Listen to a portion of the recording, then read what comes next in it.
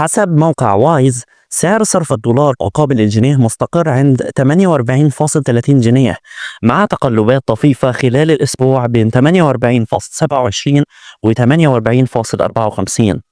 منصة اكس اي بتفيد بنفس الرقم كمعدل السوق منتصف اليوم اللي هو 16 أغسطس.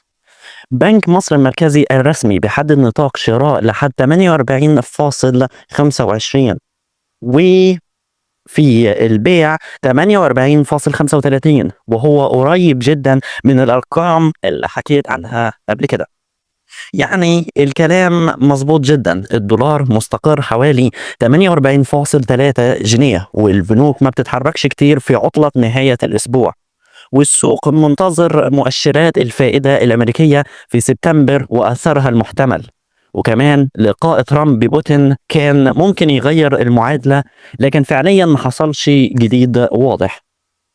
والتحليل هنا انه في تقارب في الاسعار، الفجوه بين السعر الرسمي والاسواق الواقعيه تقريبا معدومه، والبنك المركزي محافظ ومش بيسمح لصرف السوق بتقلبات كبيره، وفي استقرار طبيعي جدا في نهايه الاسبوع، خاصه مع قله التداولات وانتظار الاحداث العالميه.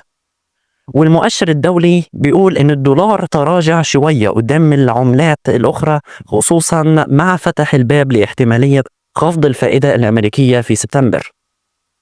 والتوقعات والنصائح الماليه انه لو عندك دولار وعايز تحول، افضل تعمل ده اول حاجه الاسبوع، يوم الاحد الاثنين الجايين، وده قبل ما يحصل أي رد فعل من السوق بسبب بيانات الفيدرالية.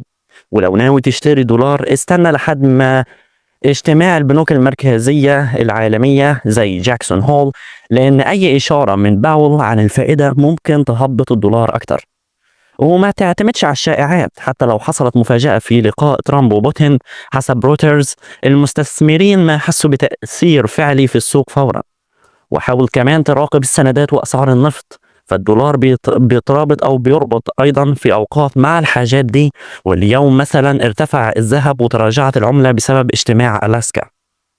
وخلاصة كده، السعر الحالي ثابت تقريبا عند 48.30 جنيه للدولار، والاستقرار واضح بسبب عطلة البنوك وانتظار السوق لمؤشرات الفيدرالية والأحداث العالمية زي زيارات ولقاءات زي ما حصل في ألاسكا.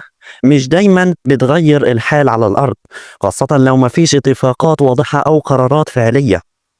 نصيحة عملية، لو ناوي تتعامل بالدولار كرد على الأسعار والخوف من تقلبات الأسبوع الجاي، استعد تكون جاهز مع أول تداول في يوم عمل.